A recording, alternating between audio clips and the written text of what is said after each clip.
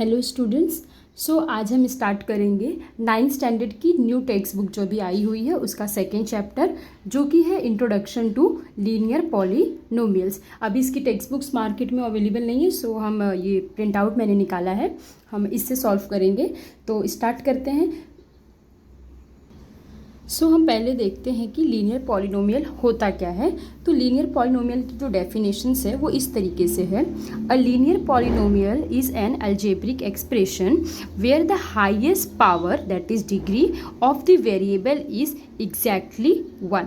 तो इस डेफिनेशन का मतलब है कि लीनियर इक्वेशन एक अलजेब्रिक एक्सप्रेशन होती है जहाँ पे जो वेरिएबल होता है उसकी जो डिग्री होती है, हाईएस्ट डिग्री जो होती है वो 1 होती है। तो इसे मैं एक एग्जांपल देके आपको समझाती हूँ। सपोज यहाँ पे मैं लिखती हूँ 3x + 5y + 3। तो यहाँ पे अगर हम देखेंगे ये एक अलजेब्रिक एक्सप्रेशन है जहाँ पे जो x और ये y है ये इसके वेरिएबल्स हैं। तो अगर हम x और y की डिग्री देखें, डिग्री मतलब होता है पावर, तो यहाँ पे जो इसकी डिग्री है ये 1 है और y की भी जो डिग्री है ये 1 है। तो इसलिए जो है ये इक्वेशन जो मैंने लिखा है यहाँ पे ये लीनियर पॉलिनोमियल है। तो आगे मैं इसे और अच्छे से आप सबको समझाती हूँ कि कोएफिशिएंट क्या होता है, वेरिएबल क्या होता है, कांस्टेंट क्या होता है, ये हम आगे के पार्ट में कवर करेंगे। अब हम देखते हैं कि पॉलिनोमियल्स क्या होता है। A polynomial is a mathematical expression consisting of variables coefficients combined using addition, subtraction, multiplication and non negative integer exponent. जो पॉलिनोमियल है वो एक मैथमेटिकल एक्सप्रेशन है जिसके अंदर हमें variables, coefficient combined using addition, subtraction, multiplication and non negative integer. इसका मतलब है कि एक एक्सप्रेशन होता है जिसके अंदर वेरिएबल होगा, कोएफिशिएंट होगा और हम इसको कंबाइन किससे करते हैं, चाहे वो एडिशन कर सकते हैं, सब्ट्रैक्शन कर सकते हैं या फिर मल्टीप्लिकेशन। और आगे क्या लिखा है यहाँ पे देखिए, and non negative integer exponents. Exponents मतलब क्या हो गया आपका, यहाँ पे पावर जो उसका डिग्री होता है वो हमारा नॉन नेगेटिव होना चाहिए। तो इसे मैं एक एग्जाम्पल के द्वारा आपको समझाती हूँ। तो आप यहाँ देखिए ये जो इक्वेशन है यहाँ पे 2x² + 4x + 7। तो ये एक अलजेब्रिक एक्सप्रेशन है। अब यहाँ पे ये जो 2 है और ये जो 4 है हम इसे कहते हैं कोएफिशिएंट। इसे हम कहते हैं कोएफिशिएंट। जो ये नंबर होता है ना इसको हम कहते हैं कोएफिशिएंट। उसके बाद ये जो यहाँ पे आपको x दिख रहा है, यहाँ पे एक x है और एक x यहाँ पे x होगा या फिर ABC जो अल्फ़ाबेट्स होते हैं उसमें से कोई भी हो सकता है वो, बट याद रखना ये स्मॉल लेटर में ही होने चाहिए। तो ये जो टर्म्स हैं इसको हम बोलते हैं वेरिएबल्स। और ये जो लास्ट टर्म है जिसके साथ वेरिएबल नहीं है इसे हम बोलते हैं कांस्टेंट। तो इसमें अगर हम देखें इस इक्वेशन में तो यहाँ पे ये फर्स्ट टर्म है जो कि है 2x², सेकेंड टर्म है इसका 4x और जो थर्ड टर्म है इसका वो है 7। तो यहाँ पे मैंने आपको समझा दिया कि कोएफिशिएंट क्या होते हैं और वेरिएबल क्या होता है और कांस्टेंट क्या होता है। अब अगर हम देखें तो ये जो 3 टर्म है जो कि फर्स्ट टर्म, सेकेंड टर्म और थर्ड टर्म जो है ये तीनों टर्म किसके माध्यम से जुड़े हुए हैं, तो यहाँ पे हमने एडिशन किया है, मतलब इसको हमने एडिशन से तीनों टर्म को हमने यहाँ पे कंबाइंड किया है। अब यहाँ पे ये जो है यहाँ पे आपको दिख रहा होगा x⁻²। तो ये जो 2 है ये इसका एक्सपोनेंट है, ये जो 2 है ये है हमारा एक्सपोनेंट है, x का एक्सपोनेंट है। इस एक्सपोनेंट को हम लोग डिग्री भी बोलते हैं। तो इस तरीके से ये इक्वेशन फॉर्म हुई है जो कि एक पॉलिनोमियल है। तो अब जब यहाँ पे हम देख रहे हैं कि जो इसका डिग्री है वो कितना है, 2 है, तो ऐसी इक्वेशन को हम लोग बोलते हैं क्वाड्रेटिक इक्वेशन विथ 1 वेरिएबल। यहाँ पे 1 वेरिएबल क्यों लिखा है, क्योंकि यहाँ पे हमने एक ही वेरिएबल को यूज़ किया, यहाँ पे भी x यूज़ किया है और हमने यहाँ पर भी x यूज़ किया है। तो ऐसी इक्वेशंस को हम लोग कहते हैं 1 वेरिएबल। तो ये जो इक्वेशन है इसका डिग्री यहाँ पे है 2 और इसमें वेरिएबल एक ही टाइप का हमने वेरिएबल यूज़ किया है, इसलिए इस इक्वेशन को बोला जाता है क्वाड्रेटिक इक्वेशन विथ 1 वेरिएबल। अब ये जो पॉलिनोमियल होती हैं इसमें जो डिग्री है वो एक इम्पॉर्टेंट रोल प्ले करता है। जैसे कि अगर डिग्री 1 है, अगर जो वेरिएबल्स होते हैं इक्वेशन में, जो वेरिएबल्स हैं अगर उनकी हाईएस्ट डिग्री 1 है तो वो लीनियर इक्वेशंस होंगी। अगर उस इक्वेशन के वेरिएबल की हाईएस्ट डिग्री 2 है तो वो क्वाड्रेटिक इक्वेशन होगा। और अगर हाईएस्ट डिग्री जो है वो 3 होगी तो उस इक्वेशन को हम लोग बोलते हैं क्यूबिक इक्वेशन। तो इसे हम एक एक करके इसे भी हम समझते हैं। अब ये एक एग्जाम्पल देखिए, 4x + 5y + 3। तो ये एक लीनियर इक्वेशन है। इसके अंदर टर्म कितना है, ये जो 4x है ये फर्स्ट टर्म है, 5y जो है हमारा सेकेंड टर्म है, और ये जो 3 है वो हमारा यहाँ पे थर्ड टर्म है। मतलब यहाँ पे जो 3 टर्म को हमने प्लस साइन देकर कंबाइन किया है।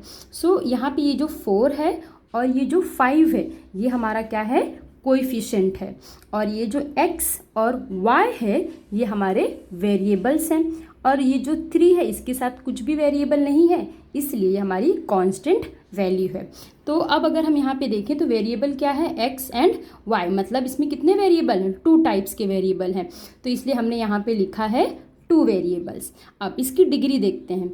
तो जो x है, x की डिग्री यहाँ पे अगर कुछ नहीं दिख रही है आपको, इसका मतलब है इसकी डिग्री यहाँ पे 1 है। और उसी तरीके से अगर हम y को देखें तो y के यहाँ पे भी आपको कोई डिग्री नहीं दिख रही होगी, तो इसलिए यहाँ पे जब कुछ नहीं लिखा होता है उसका मतलब होता है कि वहाँ पे डिग्री 1 है। तो इसका मतलब है कि ये जो y है इसकी डिग्री 1 है। तो यहाँ पे देखिए, यहाँ पे x की डिग्री 1 और y की भी डिग्री 1। तो अब भी मैंने आपको पीछे बताया था कि अगर जो हमारे वेरिएबल्स हैं, किसी इक्वेशन के वेरिएबल में हाईएस्ट डिग्री अगर 1 है तो हम उसे कहते हैं लीनियर इक्वेशन। तो इसलिए ये जो इक्वेशन है वो लीनियर इक्वेशन है। अब ये जो लीनियर इक्वेशन है ये 2 टाइप्स की हो सकती है, लाइक उसमें 1 वेरिएबल हो सकता है, 3 वेरिएबल हो सकता है, 2 वेरिएबल हो सकता है। तो ये जो यहाँ पे मैंने एग्जांपल लिखा है इसमें 2 वेरिएबल्स हैं, एक वेरिएबल x है और दूसरा वेरिएबल y है, इसलिए इस इक्वेशन का नाम होगा linear equation with 2 variables. Next example देखिए यहाँ पे, जो कि है 3x + 5। तो यहाँ पे देखिए ये हमारा है फर्स्ट टर्म और ये है हमारा सेकेंड टर्म, इन दोनों टर्म को मैंने प्लस साइन से कंबाइन किया है। सो यहाँ पे जो 3 है वो हमारा कोएफिशिएंट है, जो x है वो वेरिएबल है, एंड ये जो 5 है ये हमारी एक कांस्टेंट है। तो अगर हम यहाँ पे अब देखें तो यहाँ पे जो वेरिएबल यूज़ हुआ है वो सिर्फ एक ही वेरिएबल है, एक ही टाइप का वेरिएबल है जो कि है x। और ये जो वेरिएबल x है इसकी जो डिग्री अगर हम लोग यहाँ पे लिखते हैं वो देखते हैं क्या है। तो यहाँ पे देखिए आप, कुछ नहीं है ना, x के एक्सपोनेंट में कुछ नहीं लिखा है, दैट मीन्स x का जो एक्सपोनेंट है वो 1 है, तो यहाँ पे डिग्री 1 है। और अगर किसी इक्वेशन की डिग्री 1 है तो वो हमारा हो जाएगा लीनियर इक्वेशन विथ 1 वेरिएबल। ऐसी इक्वेशंस को जिसमें लीनियर होती है इक्वेशन और वेरिएबल 1 ही होता है उसे यूनिवेरिएटिक पॉलिनोमियल्स भी कहा जाता है। नेक्स्ट एग्जांपल देखिए आप, 5y³ + 1y² + 2y - 1। तो यहाँ पे ये जो 5 है और ये 1 है, यहाँ पे कभी कभी ये सिर्फ y² भी लिखा होता है, तो उसका मतलब होता है कि यहाँ पे 1 है, चाहे लिखा हो या फिर ना हो। तो यहाँ पे ये जो 5 है, 1 है और ये जो 2 है ये सब हमारे कोएफिशिएंट हैं, एंड ये जो y यहाँ पे है 3 बार, यहाँ पे, यहाँ पर और यहाँ पर, ये हमारे वेरिएबल्स हैं। और ये वाला जो 4th टर्म है यहाँ पे वो हमारा कांस्टेंट है। तो अगर हम यहाँ पे देखें तो जो वेरिएबल कितने टाइप का यहाँ पे यूज़ हुआ है, 1 टाइप का, क्योंकि तीनों जगह पे अगर आप देखेंगे तो y ही लिखा हुआ है। तो यहाँ पे वेरिएबल जो है हमारा y है, जो कि एक सिंगल टाइप का है। और अगर हम इसकी डिग्री देखें y की, तो यहाँ पे 3 है, यहाँ पर 2 है और यहाँ पे कुछ नहीं लिखा है, दैट मीन्स वहाँ पे डिग्री इसकी 1 है। तो अगर हम हाईएस्ट डिग्री की बात करें तो इस पॉलिनोमियल की हाईएस्ट डिग्री 3 है, इसलिए ये जो इक्वेशन है ये क्यूबिक पॉलिनोमियल है। क्यों? क्योंकि इसकी डिग्री 3 है और वेरिएबल 1 ही है। तो ये हो गया cubic polynomial with 1 variable. Next देखते हैं, सपोज़ जैसे कि अगर ये आप देखें यहाँ पे, ये मैंने लिखा है 8, तो 8 को अगर मैं इस तरीके से भी रिप्रेजेंट कर सकती हूँ, 8y रेज टू 0।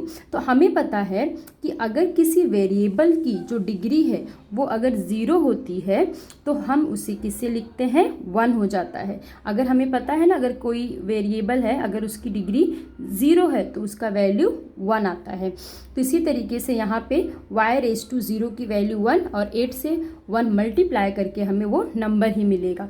तो यहाँ पे अगर हम देखें तो इसकी जो डिग्री है वो 0 है।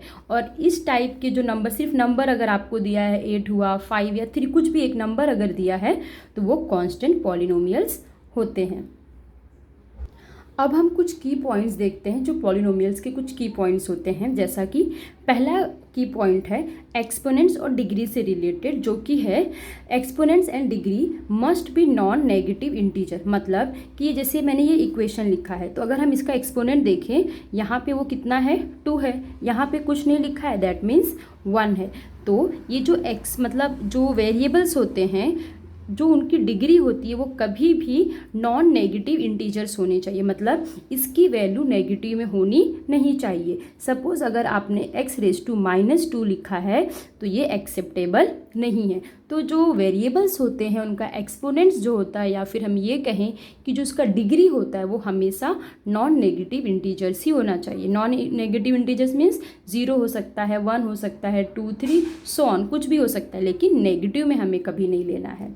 Next, variables can not be in the denominator. जो हमारे वेरिएबल्स होते हैं ना, x हो सकता है, y या कुछ भी, वो डिनोमिनेटर में इस तरीके से होना नहीं चाहिए। तो ऐसी इक्वेशंस जो होती हैं वो पॉलिनोमियल नहीं होती। सपोज यहाँ पे मैंने 1/y² प्लस 2y प्लस 3 ये मैंने इक्वेशन लिखा, तो यहाँ पे ये जो x मतलब वेरिएबल है इसको मैंने यहाँ पे डिनोमिनेटर में लिख दिया, इसलिए ये जो इक्वेशन है ये पॉलिनोमियल की इक्वेशन नहीं है। नेक्स्ट जो थर्ड वन है वो है variables can not be under a root. जो हमारे वेरिएबल्स होते हैं वो कभी भी रूट के अंदर नहीं होते। जैसे कि अभी यहाँ पे मैंने लिखा है 3√x + 8, तो ये जो इक्वेशन है ये पॉलिनोमियल इक्वेशन नहीं है। क्यों? क्योंकि जो इसका वेरिएबल है वो रूट के अंदर है। तो कभी भी अगर वेरिएबल का जो वेरिएबल है अगर वो रूट के अंदर है तो वो हमारा पॉलिनोमियल इक्वेशन नहीं हो सकती है। होप सो आप सभी को समझा होगा।